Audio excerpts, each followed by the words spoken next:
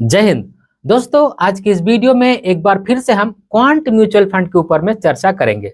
दोस्तों, आप सभी को याद होगा अभी कुछ दिन पहले ही मैंने क्वांट म्यूचुअल फंड के ऊपर में 2 वीडियो बनाई है। लेकिन दुर्भाग्य की बात यह है दोस्तों कि मेरी वीडियो ज़्यादातर लोगों के पास पहुंच नहीं पाती है और लोग लगातार इस तरह का सर्च कर रहे हैं, जैसे मैं quant small cap fund latest news, quant mutual fund under performance, quant mutual fund performance analysis, quant mutual fund review, इस तरह का तमाम सर्च लोग कर रहे हैं। शायद कुछ इस तरह का सर्च आप भी कर रहे होंगे। तो मैंने सोचा कि इस वीडियो के माध्यम से क्यों ना आपकी सर्च को यहीं पे समाप्त किया जाए। इसलिए मैंने क्वांट म्यूचुअल फंड के ऊपर में रिसर्च किया और रिसर्च के दौरान मुझे देखने को मिला कि क्वांट म्यूचुअल फंड के अंदर में बड़े फेरबदल किए गए हैं। और अगर ऐसे ही फेरबदल को कंटिन्यू किया जाता है और जिस तरह से एग्रेसिवली अभी अपनी पोर्टफोलियो को मैनेज किया जा रहा है, अगर ये ऐसा ही लगातार करते हैं तो मुझे कम से कम ऐसा लगता है कि क्वांट के कम से कम 2 म्यूचुअल फंड, एक क्वांट स्मॉल कैप फंड और एक क्वांट मिड कैप फंड, शायद अपनी खोई हुई बादशाहत को फिर से हासिल कर सकते हैं। तो इन्हीं सारी डेटा को आज के इस वीडियो के अंदर में मैं आप सभी को दिखाऊंगा। तो लैपटॉप की स्क्रीन पर आप सभी को सारा डेटा तो यहाँ पे दिख ही रहा होगा। तो जैसा कि हम वीडियो के शुरुआत में एम साइज चेक करते हैं, तो सबसे पहले हम एम साइज ही चेक करते हैं। और सबसे पहले हम बात कर रहे हैं स्मॉल कैप फंड की और खास करके क्वांट स्मॉल कैप फंड की। देखिए, फेरबदल तो लगभग क्वांट के सारे ही म्यूचुअल फंड में हमें देखने को मिल रहे हैं, लेकिन जो असर या फिर जो बदलाव शुरुआती दौर पे हमें देखने को मिल रहे हैं वो खास करके क्वांट स्मॉल कैप फंड में और क्वांट मिड कैप फंड में देखने को मिल रहे हैं। तो सबसे पहले मैं आप सभी को एम साइज दिखाता हूं। तो आप यहाँ देख सकते हैं कि 4th लार्जेस्ट एम साइज वाला म्यूचुअल फंड की स्कीम, अगर हम स्मॉल कैप फंड की बात करें तो क्वांट स्मॉल कैप फंड है, जिनके पास 22,800 करोड़ रुपए के अप्रोक्सीमेट में एम साइज फिलहाल हमें देखने को मिल रहा है। और वहीं पे अगर हमें परफॉर्मेंस की बात करूं और 3 मंथ का एब्सोल्यूट रिटर्न चेक करूं, 3 मंथ से हमें ये पता चलेगा कि फिलहाल में इस फंड का परफॉर्मेंस कैसा है। देखिए, जब हम 1 साल, 3 साल, 5 साल पीछे जाकर के देखते हैं तो हमें बहुत पीछे का रिटर्न देखने को मिलता है और यहाँ पे हमें क्वांट स्मॉल कैप फंड का परफॉर्मेंस तो अच्छा देखने को मिलता ही है। लेकिन फिलहाल हमें 1 साल 2 साल के आसपास से क्वांट स्मॉल कैप फंड में अच्छा परफॉर्मेंस देखने को नहीं मिल रहा था। तो इस बात का पता हमें 3 मंथ के एब्सोल्यूट रिटर्न से पता चलेगा कि फिलहाल क्वांट स्मॉल कैप फंड का परफॉर्मेंस हमें कैसा देखने को मिल रहा है। तो मैं यहाँ 3 मंथ के एब्सोल्यूट रिटर्न पर क्लिक करता हूँ। तो अब आप देख सकते हैं दोस्तों कि मैं अगर क्वांट स्मॉल कैप फंड की बात करूं तो ये 6वें नंबर पर रैंक कर रहा है। गिरावट तो हमें सभी फंड में देखने को मिल रहा है, लेकिन जो फंड ऐसे हैं जिनमें सबसे कम गिरावट हमें देखने को मिली है, उसमें हमें क्वांट स्मॉल कैप फंड 6ठे नंबर पर देखने को मिल रहा है।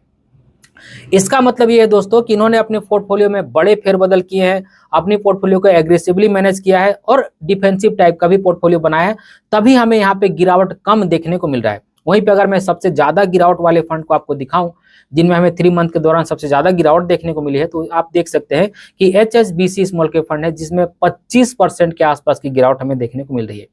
वहीं पे अगर हम क्वांट की बात करें तो क्वांट में आप देख सकते हैं कि लगभग आपको 19% के आसपास की गिरावट देखने को मिल रही है।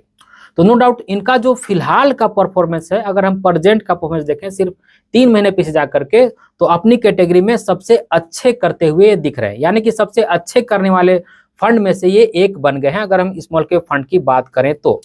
वहीं पे जो हमें बड़े फेरबदल देखने को मिले हैं, जो बदलाव मुझे देखने को मिला है, अगर मैं उसकी बात करूं तो मैं क्वांट स्मॉल कैप फंड के अंदर में आपको लेकर के चलता हूं। लेकिन उससे पहले मैं आपको ये दिखा दूं कि कितना अभी गिरावट पर फिलहाल ये फंड अवेलेबल है। तो इसका NAV का जो हाई प्राइस है वो 306 रुपये 52 पैसे है। तो इसका यहाँ पे आप देख सकते हैं मेरे कर्सर के पास यहीं पे हाई है। यहाँ से अगर मैं कर्सर अपना नीचे ले जाऊं तो फिलहाल हमें देखने को मिलेगा कि कितने गिरावट पर ये अवेलेबल है। तो 22% के आसपास में गिरावट है और 67 रुपये 2 पैसे की गिरावट हमें फिलहाल देखने को मिल रही है। लेकिन हमें जो बड़े बदलाव हुए इनमें वो हमें देखना है। तो आप देख सकते हैं मैं आपको सीधे ही पोर्टफोलियो में लेकर के आ गया हूँ। यहाँ भी आप देख सकते हैं कि इक्विटी में इनका 19.87% यानी कि लगभग 91% पैसा लगा हुआ है। और कैश इक्विवेलेंट की बात की जाए तो लगभग 6% के आसपास में पैसा लगा हुआ है। तो यहाँ पे देख सकते हैं कि इनका ज्यादातर पैसा पहले तो इन्वेस्टेड है, और दूसरा जो बड़ा फेरबदल देखने को मिला है, जो हमें बहुत दिनों से देखने को नहीं मिल रहा था क्योंकि मैं लगातार चेक कर रहा था, तो यहाँ पे आप देख सकते हैं कि फ्यूचर एंड ऑप्शन में भी इन्होंने 2.5% पैसा लगा करके रखा है। अब दोस्तों, आप ये 2.5% पैसा देख करके आपको ऐसा लगेगा कि क्या ही पैसा लगाया है, 2.5% से क्या हो जाएगा। तो मैं आपको एक बार फिर से दिखाता हूँ। अगर मैं इस फंड का AUM साइज चेक करूँ तो आप यहाँ देख सकते हैं कि इनके पास जो AUM साइज है वो 22,800 करोड़ रुपए का है।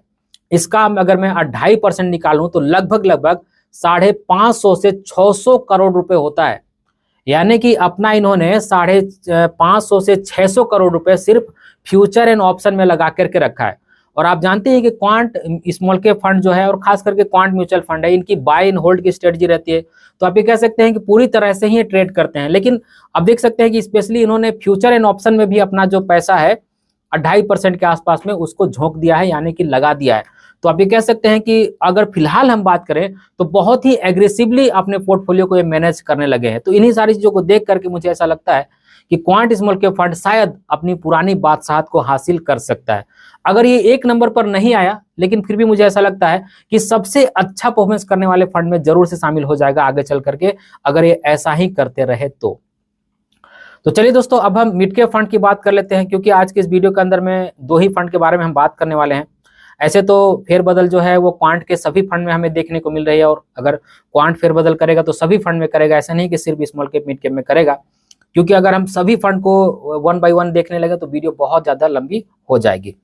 तो अगर हम क्वांट मिड कैप फंड की बात करें और सीधे ही मैं अगर आपको 3 मंथ का एब्सोल्यूट रिटर्न दिखाऊं, तो अब आप देख सकते हैं कि अगर मैं 3 मंथ के एब्सोल्यूट रिटर्न पे क्लिक करूं तो ये चौथे नंबर पर रैंक कर रहा है।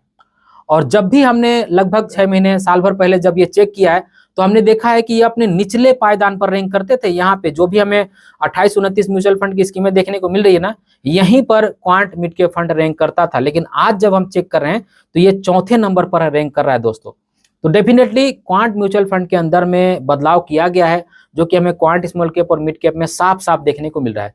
ऐसे अगर मैं 6 मंथ और 1 ईयर का दिखाऊं यहाँ पे रिटर्न, तो आपको डेफिनेटली यहाँ पे खराब ही परफॉर्मेंस देखने को मिलेगा। लेकिन अगर नजदीक का फिलहाल का अगर हम देखें तो क्वांट मिड कैप फंड का परफॉर्मेंस हमें बहुत शानदार देखने को मिल रहा है। और एक बार अगेन मैं आप सभी को क्वांट मिड कैप फंड के अंदर में पोर्टफोलियो में जा करके दिखाता हूं। तो आप यहाँ देख सकते हैं, मैं क्वांट मिड कैप फंड के अंदर में ही जाता हूं, तो यहाँ पे आप देख सकते हैं कि यहाँ पे भी इक्विटी में लगभग 90% ही पैसा लगा हुआ है, कैश में लगभग 5% के आसपास में ही पैसा है, और यहाँ पे भी देख सकते हैं लगभग 4% से ज्यादा इन्होंने फ्यूचर एंड ऑप्शन में पैसा लगा दिया है।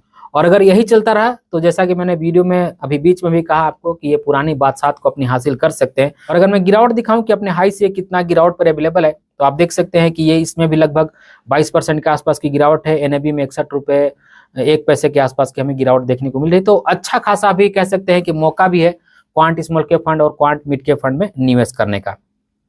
लेकिन एक बात, जैसा कि मैं अपनी अधिकतर वीडियो में आप सभी से कहता हूं, अधिकतर क्या सभी वीडियो में कहता हूं कि जैसे मैंने रिसर्च किया वैसे ही आपको भी रिसर्च करना चाहिए। अगर आप अपने रिसर्च में भी पाते हैं कि हाँ ये फंड ठीक है, मेरे रिस्क प्रोफाइल को सूट करता है, तभी आपको इन्वेस्ट करना चाहिए। ऐसे किसी के भी कहने पर ब्लाइंडली आंख मूंद करके आपको इन्वेस्ट नहीं करना चाहिए।